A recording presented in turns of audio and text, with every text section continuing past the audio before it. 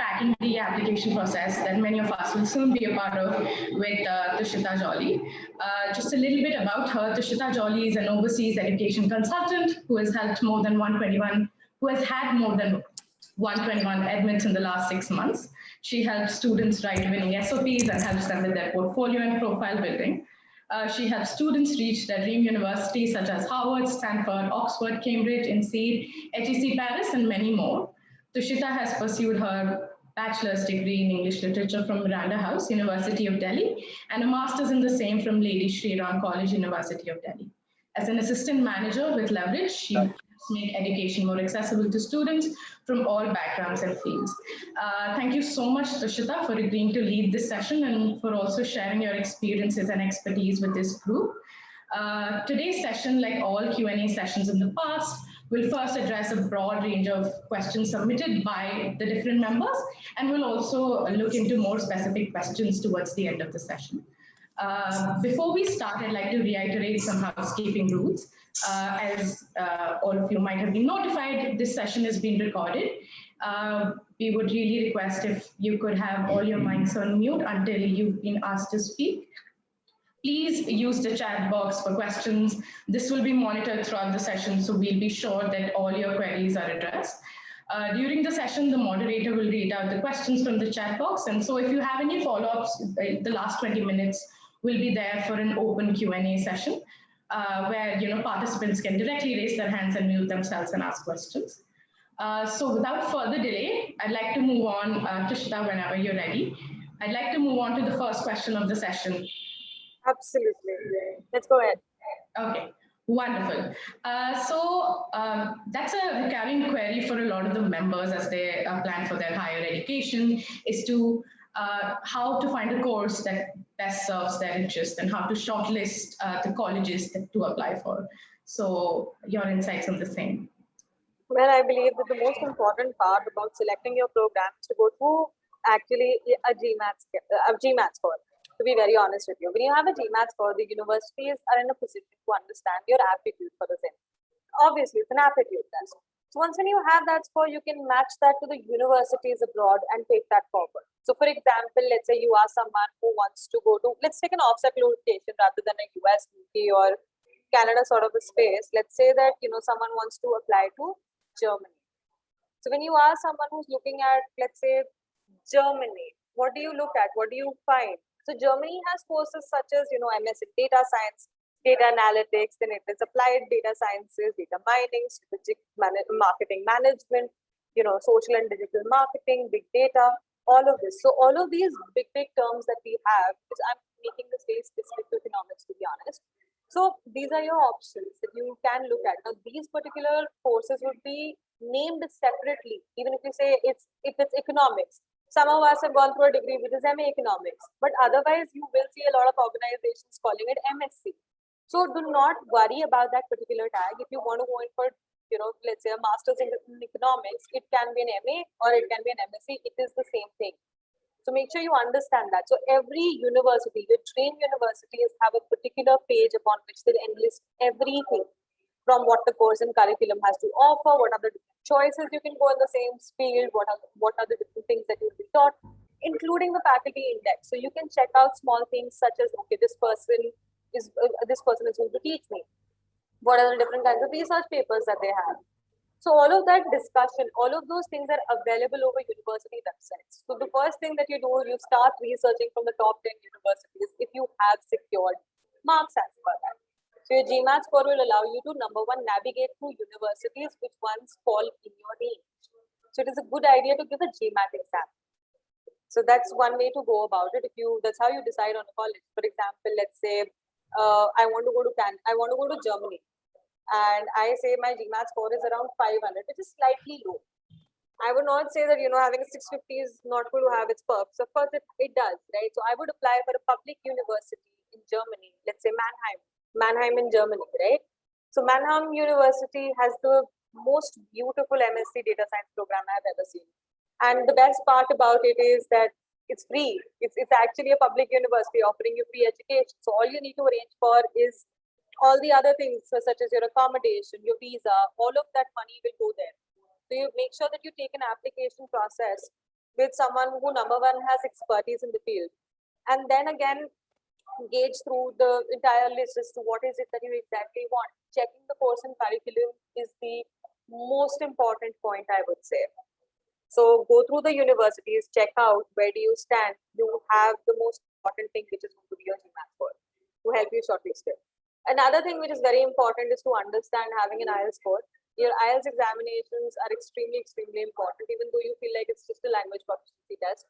It's actually not. That's why there's a different range provided by different universities. So if you look at, Frankfurt School of Business in Germany or finance and management, if you're looking at this particular score, they will specifically say we need a score average of 7.0, which is very, very important. So, of course, you need to check out the programs, their requirements, and then eventually you come to a decision as to which college or which course to apply it. So make sure you have complete understanding of the locations you're looking at. If someone says that I want to apply to US, you must understand one thing about US, which is very clear, that it's a very scholarship-friendly location. So even if you don't get an internal scholarship, you can go in for external scholarships like Tata scholarships or things such as that. That will help you understand what is going to work out for you. So make sure you have a particular budget in mind while you're applying, and then realize that, all right, this is my budget and this is how I would want to go ahead with it. Then, okay, fine, this much I can get through scholarship, this much through loans, and this is what my personal investment is. So keeping that in mind, that's how you'll take your course forward. So if you are planning to prepare your shortlist, the most important key points that you would look for is number one, going to be the university, obviously. Is going to be the campus location, because you would want to know where do you want to be at, what is the exact location, if it's US East Coast or West Coast, right? Then again, you will check also the campus location really matters. If someone wants to get into consulting, would prefer the East Coast over the West Coast, because you have more organizations towards that end. So make sure you keep these things in mind. Then the next thing is going to be your program. So remember that the course and curriculum would be similar, so the programs would be named differently by different organizations or different universities. So that is one thing that you need to take into account.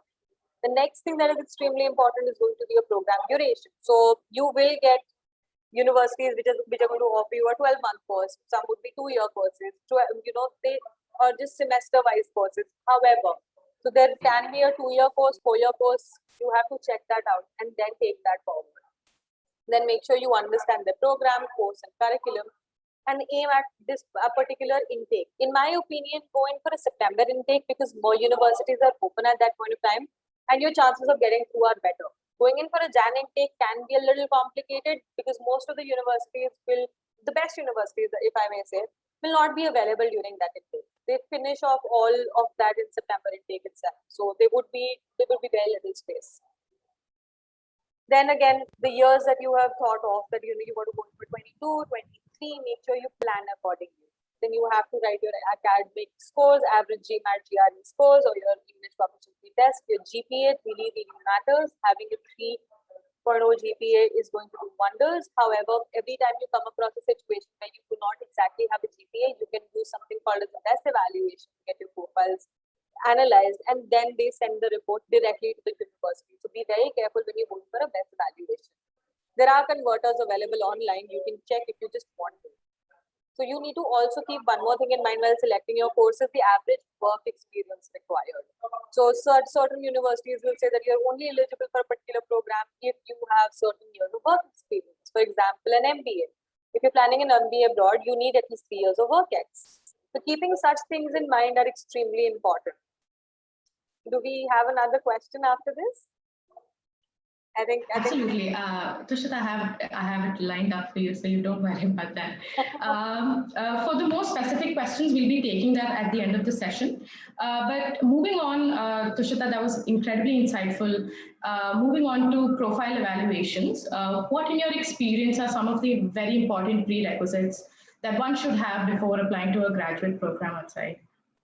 Okay, so if you are looking at your profile, number one, everyone knows that we all require good marks. Apart from good marks, if you are looking at locations such as US, they are going to require many things, which is going to be number one, your profile has to have a lot of research work.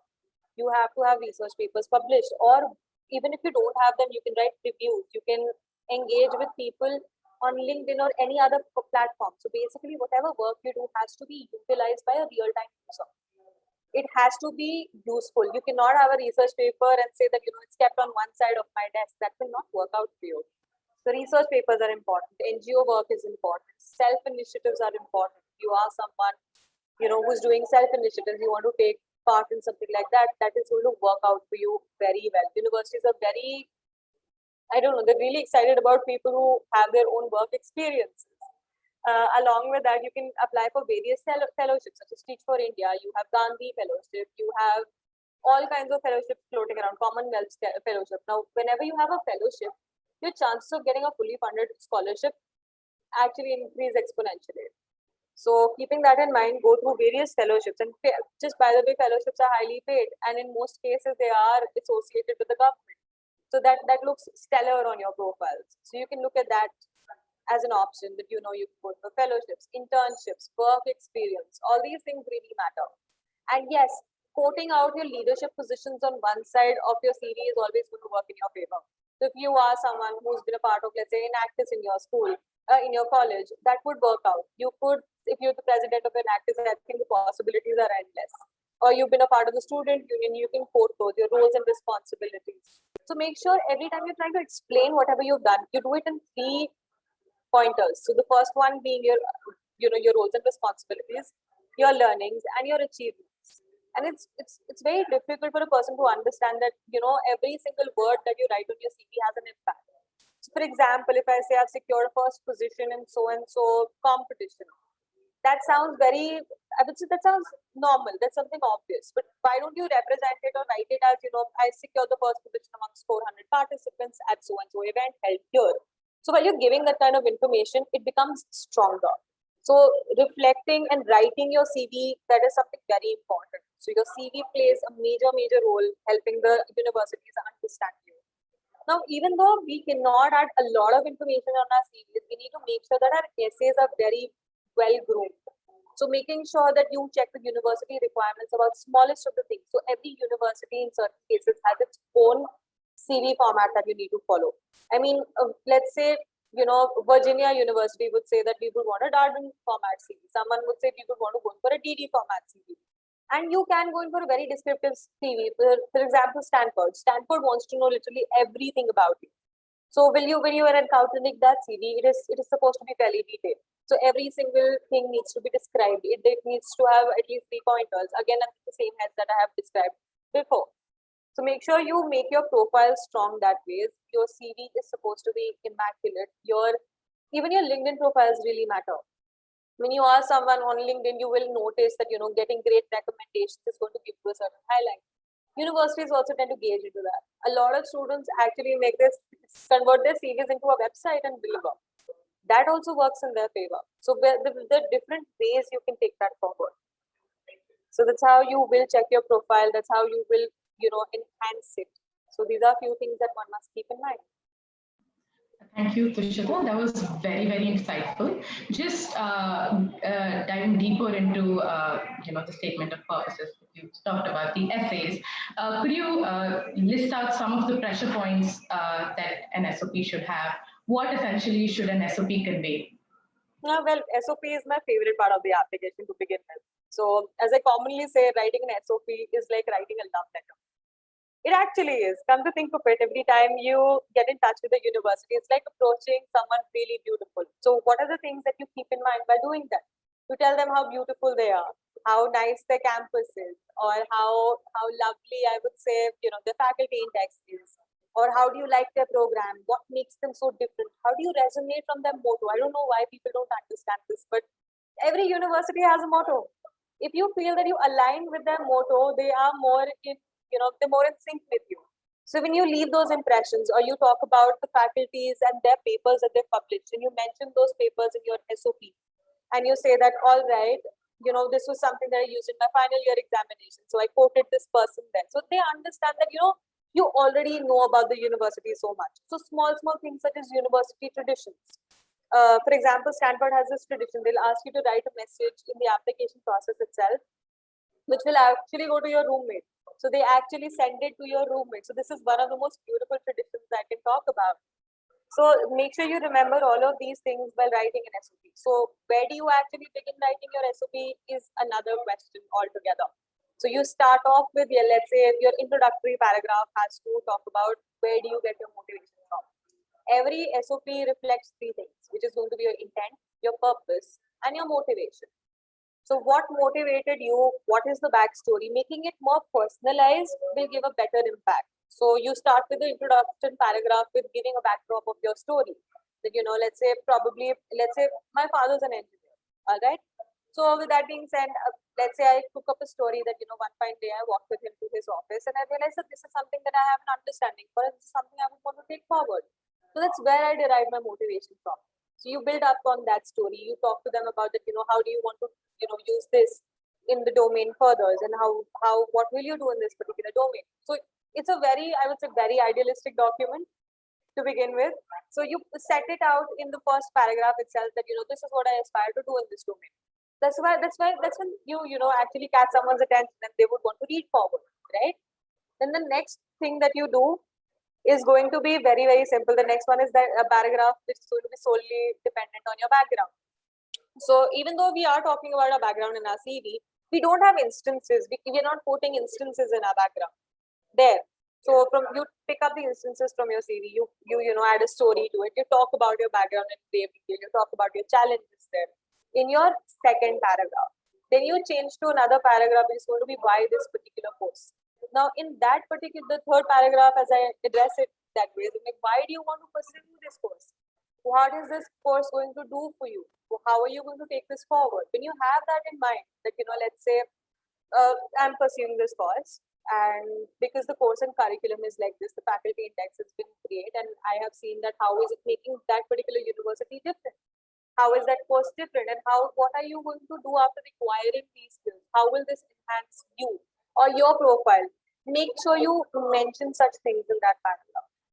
Then after that, you take up to another paragraph which is going to be all about your career goals. So you mention it very, very clearly that, you know, my short-term goal is so and so, my long-term goal is so and so, my mid-term goal is so and so. So when you classify and you give a very clear picture about where you would want to take this to, you chalk out your own pathway. The clarity you give to the university works in your favor. So I had a student who came up to me and she said that, you know what, after doing public policy, I want to get into so-and-so organization. For 5 years, I'm going to work here, I'm going to show career progression, and then eventually I'm going to join the UN. That's my long-term goal. So this is one line that tells you that she has a clarity over what she wants, and she's going after it.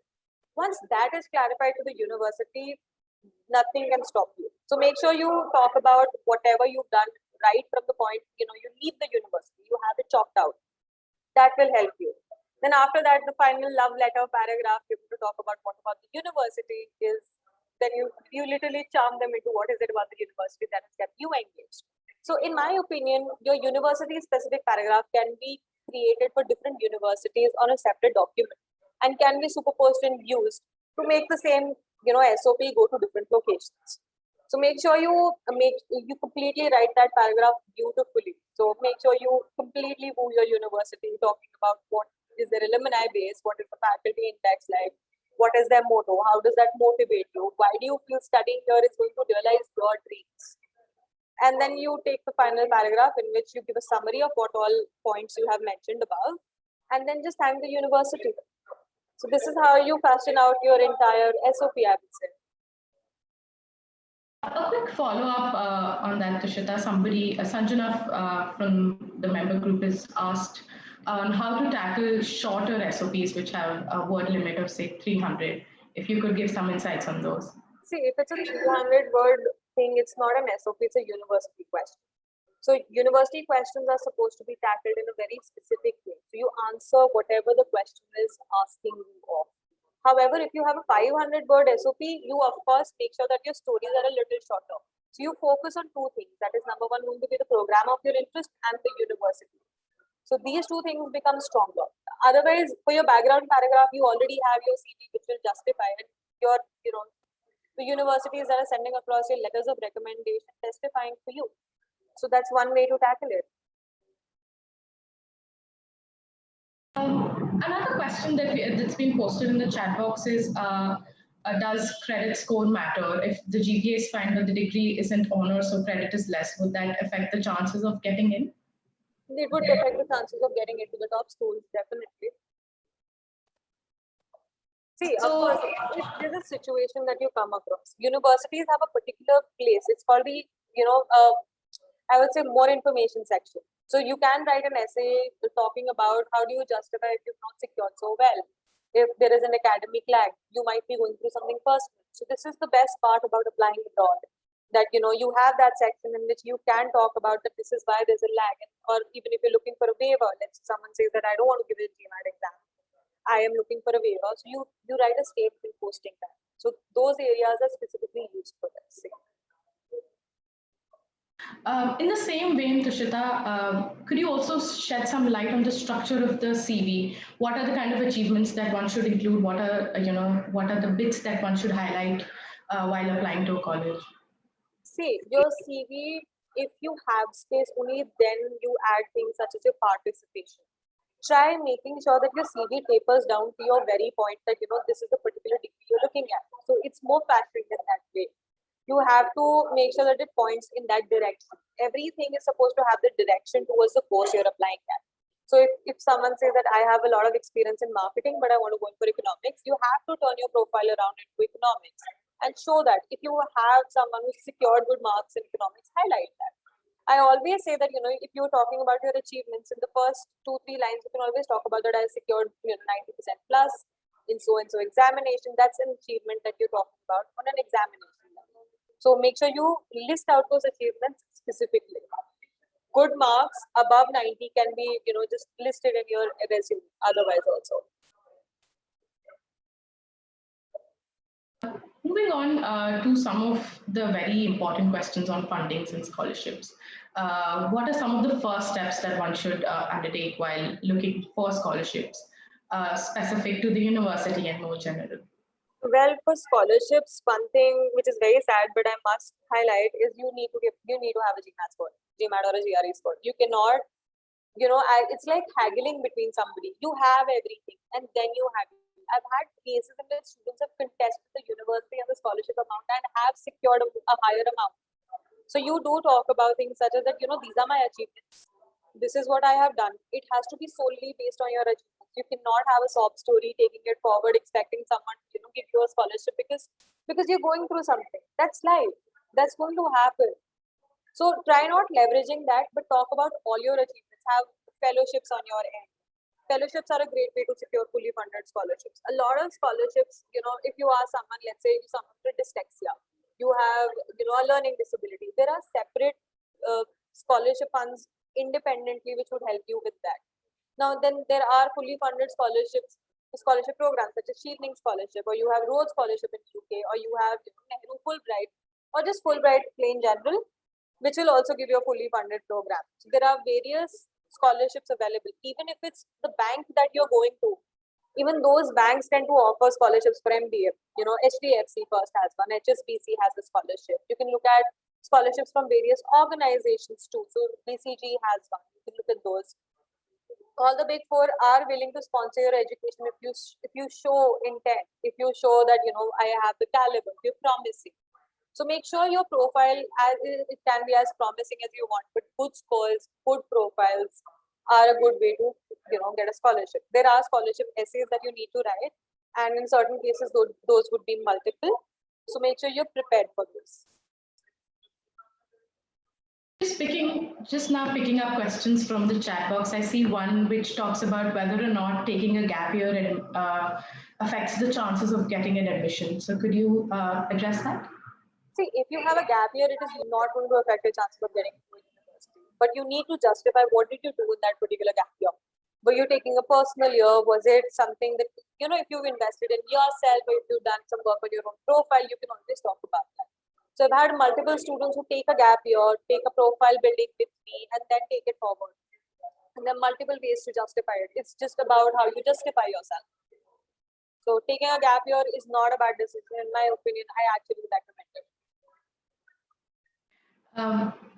Also, with regards to the duration of the undergraduate program, several universities in India only offer a 3-year program, and a lot of Aadhar has posed this question that a lot of Canadian universities don't accept that and require a 4-year undergraduate degree. So what should one do to kind of bypass that situation?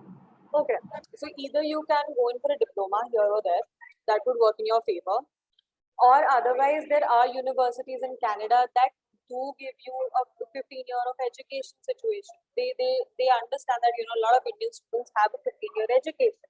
That's all right. But if it's for something like a professional course, you already have 4 years of engineering. You can take that forward. Will not be a problem. You can apply for a PGDM course first in Canada and then apply for a degree. That could also work out for you. But for Canadian universities, it is extremely important that you understand that they're very academically savvy.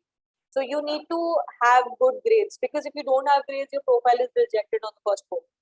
It is not holistic. It's not like US. They are looking for people who can contribute to their economy. That's why they're offering a very lucrative PR.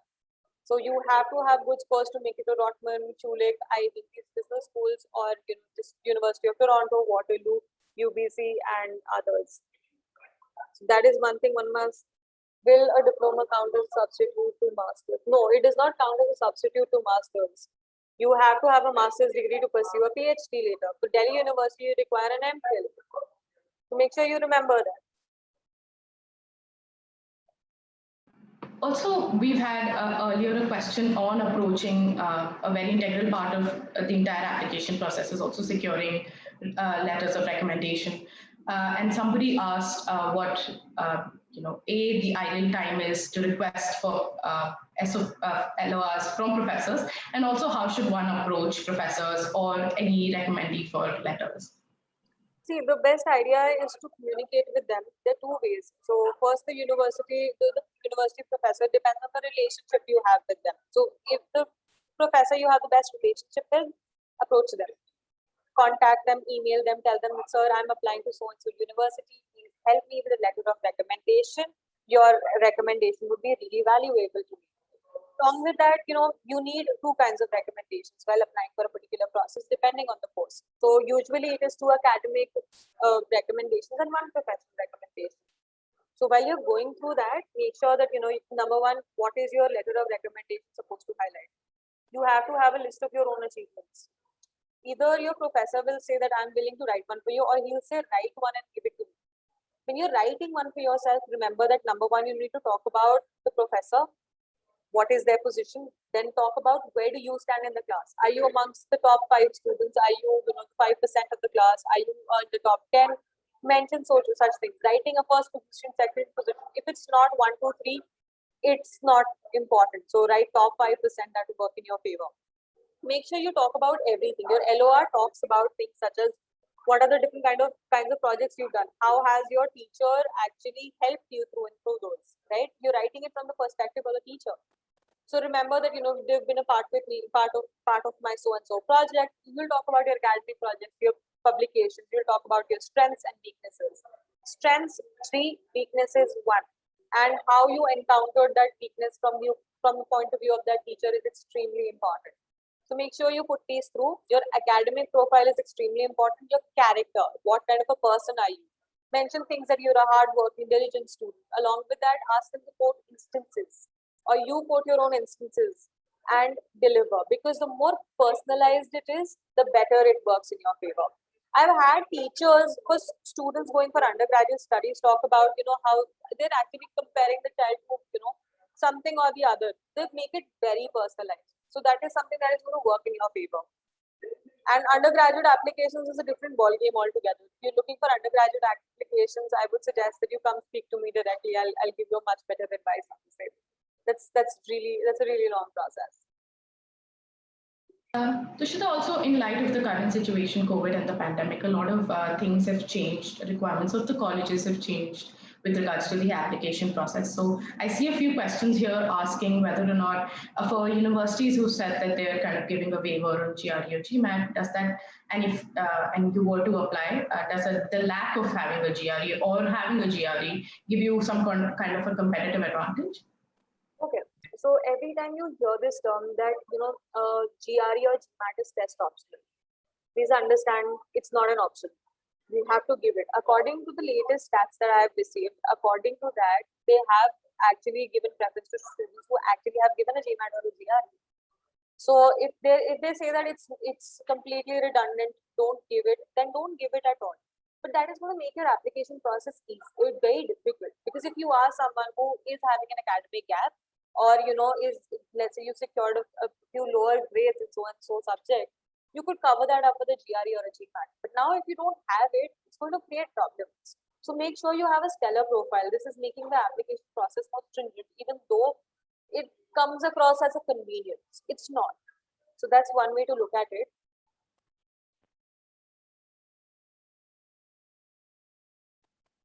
Also, talking about the current scenario, a lot of students and younger professionals have graduated at a time when they've not been able to have the opportunity to develop any kind of interpersonal, relationship with the teachers because it's all virtual.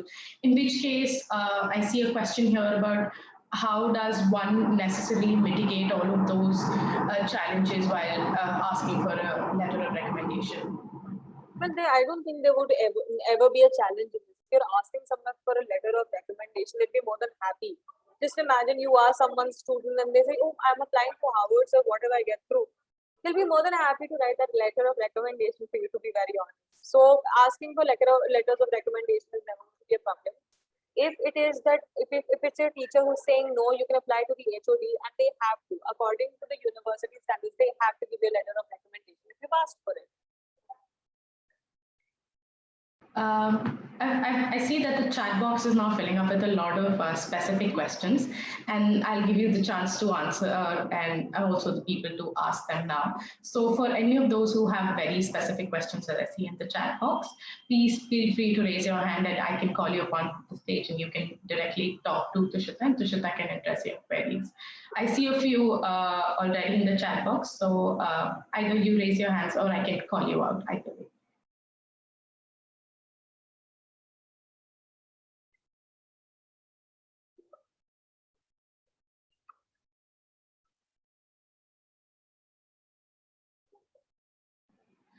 Shavya, you can go. Yeah, you can go ahead and ask your question. Hi, thank you. So I have two questions. Number one is that if we do a fellowship after our master's program, would that 1 or 2 years be counted in work experience? That is number one. And number two is, I heard that you were saying that a lot of, if you have research papers to your credit, that you write research papers.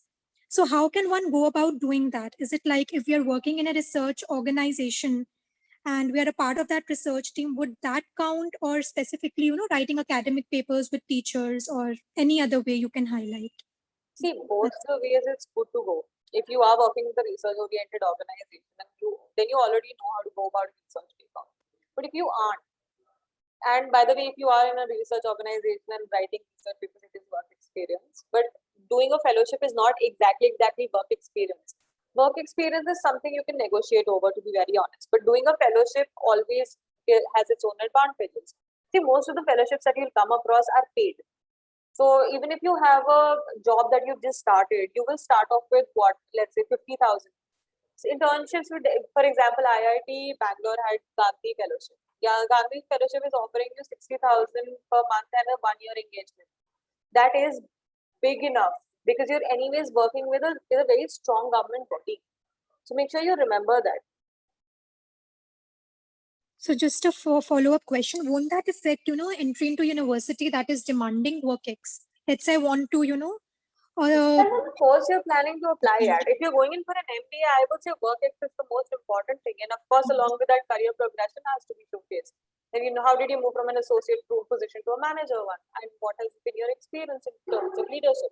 But if you're going in for a program that is more into research, you would not require that amount of research, that amount of work ex. You would require more of research papers. You can justify that easily. Or your fellowships would do that for you because you're again working with the government. Right, Tushita. Thank you. Thank you so much. That answers your question, Renee. If you're okay to go next. Absolutely. Thank you so much, Ayushi. Hi, Tushita. I'm Renee. I'm pursuing my final year history in St. Stephen's College, and I had two questions for you. The first was, you mentioned right now that having WorkX for MPP is important, and I honestly am looking to pursue an MPP, but since I've gotten a bit late to give my GRE, I am looking for going with development studies for this year, and then if I don't get through, I'll work for a year. The question I have for you is, how do you actually secure a job? This might be a little different from what you're used to answering, but as a fresher, even getting jobs as with the skills that we have given in university, that's also tough. So do you have any tips on how to go about that? In my opinion, writing a stellar CV does a lot. Along with that, you need to approach people over LinkedIn. I would say directly approach people, write beautiful cover letters. Make sure you're able to, put your intent across properly. What do you plan to do in this domain is extremely important. So, what do you think? I mean, if I am a person, how do you convince me to take you on? You would tell them what are the benefits that are going to be attached to you. What all do you already know? How can they use that or leverage that to attain something better?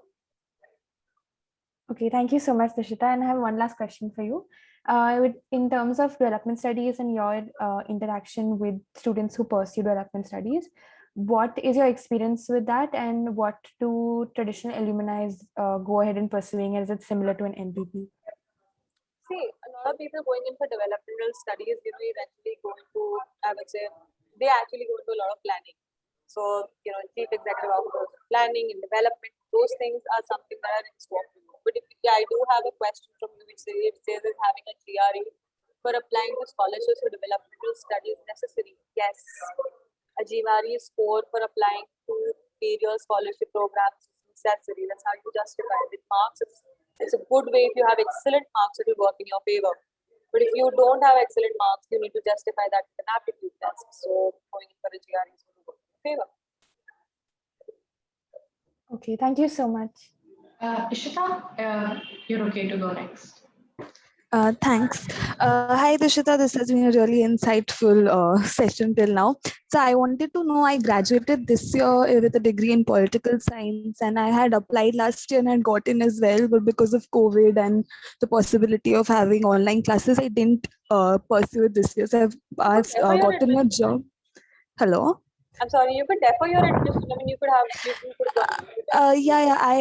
So I had applied to and got into the University of Copenhagen, and they said that no, they couldn't defer my admission.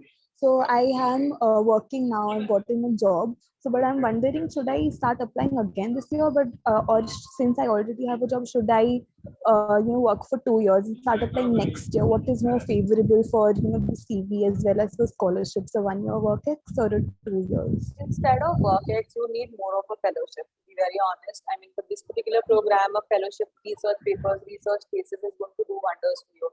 So in my opinion, you can apply to UK. UK would do you very good.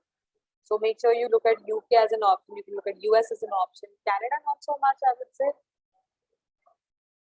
Right. No, so my question was that is a 1 year work ex better or a 2 year work ex, as in for scholarships as well, which is more preferable? See, if you have more work ex, you have more experiences to talk about. So of course, 2 years work ex is good enough. But I would still suggest, if you have 1 year of work ex, take another year of, a fellowship. Or do it along with your work. I know a person who's doing, actually working somewhere and is also a part of, she was a part of, I think, World Economic Forum's Global Shapers. She's part of Global Shapers, which is also another fellowship that she's pursued. It's amazing, to be very honest. Look at that as an option. Right. Thanks a lot. Also, just I wanted to ask that since I got in once, when I write my SOP the next year, if I'm applying to the same course, should I mention that I got in before and I'm applying again and the reason why I didn't pursue, or should I just start afresh with the SOP? There's something called as, there is a declaration of pre-application. So of course you have to fill that up. So that's what I would say. Okay. If you're reapplying, you have to disclose. See, if the university figures out that you have already applied before and then you haven't mentioned it, it's not going to look very nice. Got it. Thanks a lot. Yeah. Thanks, Ishita. I hope that helped. Moving on, Karuna, if we're okay to take your question now. Yeah, thank you so much for organizing this and Tushita for answering our questions. I just wanted to ask, you did talk about the LORs earlier, and I know that this is a tricky question to answer, but how much weightage do you think a good LOR carries in the entire process? Like, is it more important than your SOP and CVs and other things like that? No, it's not as important, but it is a good requirement, to be very honest. I mean, if someone writes a bad LOR for you, do you think the university would take you? Right, that makes sense, of course. If someone is not recommending you, someone just comes up and say, "Ha, ye bacha to bahut hi bekar hai." That will not Right. work in your favor. It will never work in Right. your favor. So it's like that one thing that, you know, if it's good, great. If it's bad for you, it's going to ruin your profile. There's something Okay. like that. I was just also wondering in terms of the kind of professors you approach, because in my personal experience, the professors I have a very good rapport with are not necessarily the most senior in the department. I just wanted to know if that would affect my prospects in any way. Not at all. All right, Not at all. that's reassuring to hear. Also, just one last question. I'm sorry, this is my last question. Just go ahead. So I actually graduated 3 years ago, and I've been working for the last 3 years. And there are some applications that allow for professional references if you've graduated 3 years ago, like I have, but then they also state that academic references are preferred. So would you say I should just stick to the academic references, or would it be too risky to add a professional reference to the mix? It is never risky to add a professional reference. I mean, to be very honest, to academic, one professional is always ideal. If you have space for 3, go ahead with that. If you have 2, then add 2 academics. Depends right. on the application process. Yeah. All right. Okay. Thank you so much. You're welcome. Sanjana, we can take your question next. Cool. Thank you so much, for hosting the session. It's been amazing listening to you. Before I proceed, are you able to hear me, or is there too much background noise? You're quite I audible. think it's pretty I hope there's no audible, yeah. I hope there's no background noise from my No. It's just that my laptop's not acting up. So, I mean, it's been so insightful. Just wanted to ask this question. So I run my own NGO, and I also work at a research organization. So when you mentioned LORs, I know I can go to my boss, the organization I work at, but I don't really know who I can go above for my own NGO that I run. So just wanted to get your thoughts on who I can reach out with regards to getting an LOR, or rather an experience note on the organization that I run myself. See, if you have an organization that you run on your own, if it's something, okay, if it's really, really highlighted, you can go to the person who's an MP of that area, right? Or I'm not very sure of the political name here. I'm so sorry about that. But whoever the MLA or whatever of that area is, he can write you a good letter of recommendation if you've done brilliant work in that area and you've done development. That's a sure shot ticket to making it work to the best university, to be very honest. But of course, your academic LORs will have to go through your university professors, and that will work in your favor. Oh, okay. So just a little bit of background. So the NGO that I run is focused on education. So are you saying that, try to, maintain better relationships with the MLAs in the region, or rather the locality from where I am from? No, it's not about maintaining a better relationship with them. If you've done work that has affected them and has actually done something great in the society, you can always reach out. If you get it, it's all right. If you don't get it, it's great. If you don't get it, then of course you have your academic professors. And it's your own organization. You can't be recommending yourself. Come on. Yeah, I just meant that if there's anyone to speak on my work. Of course, that would be great. That's why I said that if there is someone who's been a testament to that would be great. If there's a governing body. Okay. Awesome. Thank you so much. Thank you. And also, alongside, after picking somebody to pose another question and also read out a few that have been pouring into our chat boxes. There is one by Rumi which says, I have already enrolled in an Econ PhD program in 2020 in an Indian university, along with having a JRF fellowship. Whether this acts as an advantage or a disadvantage in my application if I apply to a PhD program in US, UK, and Canada. You could answer that. Okay, if you're already enrolled into a program but you're not happy to change, you can always go in for that. And of course, you must understand PhD programs abroad, there is a lot of funding that you will get. There are more than 1,194 fellowships and grants available for students applying for a PhD. So I would say apply away. And yes, JRF has an advantage. JRF, net clear, it works wonders. I hope that answers your question, Rumi. We also have another question by Ishita asking whether or not online courses add value to your resume. Online courses add value to your resume if they're certified well. For example, if you have an online course from IIT Delhi, that it is a leadership course that they have, or any other organization that has a designated organization's name, that will work in your favor. However, if you're taking up online courses just like that, you can also mention them and talk about what have you learned from them and how have you implemented them. If you haven't implemented what you've learned, it's not going to work out. So make sure whatever you pick up from those courses has actually added to your profile. That's when you can show it. Having a strategic management or a leadership course and not utilizing it anywhere will not take you anywhere. That's that. So back to, I think, Arpita, we can take your question now. Hi, am I audible? Yes, yes. Okay, thank you for organizing this session. I had 3 questions. Firstly, since you said that GRE is like a good way of getting ourselves an advantage. And now let's say there are some universities that do not ask for GRE scores. So how do we send them our GRE scores since they did not ask for it in the first place? Well, you can directly, just message the ad form. Actually, write an email to the ad form telling that I would want you to consider my GRE scores to the application, and they would. Okay. So along with that, you add your application's ID and send it across. Okay, sure. And second thing, for example, if you're taking LORs from 2 professors and I've worked under only just one of them as for a research thing, but did not work with the second professor, then what exactly would come in my LOR? You can talk about how you've been in the class or how you've been always that person who's attempted things on time, you've secured well, what has been your position, how have you been with your peers, how have you been towards them, are you a diligent person? So questions like that can really help you. Even if they can mention that you probably work with their colleague, that would also work. Okay, thank you. And just one last question. So right now I graduated this year and right now I'm working in the corporate sector, but I really want to shift to research economics. So how do I kind of mention that in my CV or in my SOP without showing that as a disadvantage? It's not a disadvantage. If you're someone who's coming from the corporate side, but if you are someone who's also doing a little bit of research, you can show that you are more inclined towards research as a field, and you can justify it by writing a couple of research papers, or you take I would say that make sure you write a lot of articles. You can mention those articles, create a link, put them there.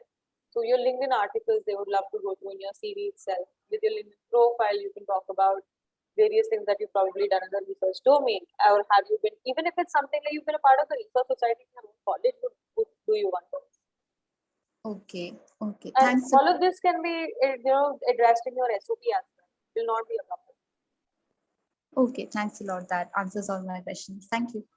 No, Thanks, Arpita. Sharani, I think we're good to take your question as well. Hello. Yes, Sharan. Yeah, can you hear me? Yeah, hi. So I did my master's from Delhi University, and I'm planning to take up this course called Social Policy and Public Policy, but not anything like I have like 2.5 years of work experience, and I work with a grassroots NGO, but I don't really have anything like I haven't got it published anything, and yes, I'm just very like my work is very like I'm a project implementer. And this whole social policy and public policy, I don't know how to justify my like how I'm planning to move. So I'm planning to apply to LSE to be particular, and my undergrad score wasn't really that good. So see, LSE is going to definitely take your experience into account. If you've written research papers, it's a good idea to get them published. And if you're not able to find a journal and they're refusing, you can always ask your teachers to collaborate on the same, to keep their name also in their publication and publish it together. That works. Or you could join various research groups. There are a lot of research groups that you'll find here and there. Make sure you approach them, you'll be a part of those groups. You will be really updated, all right, as to what is happening around, what is someone looking at, how would they want to take that forward. I mean, you would know about the latest topics. You would know about where to look for your research, what to do, what not to do, how to make your topic different, right? So joining a research group is a good idea. You can, again, talk about reviewing various research papers. You can do a lot of things in that domain. So I've written articles, but not on a very articles like 800 words articles or 500 words. Does it count? Absolutely, it counts. Is it somewhere that the other person can read it and utilize it? You can add the link in your CV. Okay, thank you. You're welcome. Right. Navya, I think we can take your question now. Hi, thanks. Can you hear me? Absolutely, Yeah. absolutely. Yeah, it was a really nice session. I really enjoyed it. So I don't know how general my question would be, or does it pertain to my personal individual issue? I graduated in economics from LSR in 2019. However, due to some family issues, I couldn't work for the last 2 years. And it also affected my undergrad course because I was involved in some family issue in the last year of my college. So currently I'm enrolled as a public policy student it's my first year at NLS. I'm studying public policy. So I want to pursue MPhil later, probably in the UK. I've been looking at programs there. So I wanted to know if those particular, say those 2 year or 3 years will affect my application very severely, or is there sort of penalization that I get for that? So there's no sort of penalization. You can show your work in other domains if you want, if you're already working on something. So your work, show things such as that, you've been a part of various activities. Of course, there is another information section available where you can justify all of this. You can justify things on your CV. So that would be all right. But giving a GRE or a GMAT would also add its advantages. So I would highly recommend that for you. And yeah, I'm so sorry for what must have happened to you. I can understand that must have been really heavy. Yeah. So also another thing that I wanted to ask you, so since you mentioned research organizations, so is there a criterion on the kind of research work that we should get published, or should it be very domain specific, or a generalist work is preferred? I wanted to know that. See, they are going to consider both, whether it's generalist or it's specialized. But if you keep it specialized towards, and if you're tapering it down towards the particular course you would want to pursue, it would work further in your favor. So that's what I would have to say. Okay, thank you. It was lovely talking to you. Nikita, we can take your question, and after that, Adar, we can take yours. Thank you so much. Hi, Tushita. Thank you for organizing this session. So I applied to PhD economics in 2020, and I got 2 offer letters, one from University of South Florida and one from NC State.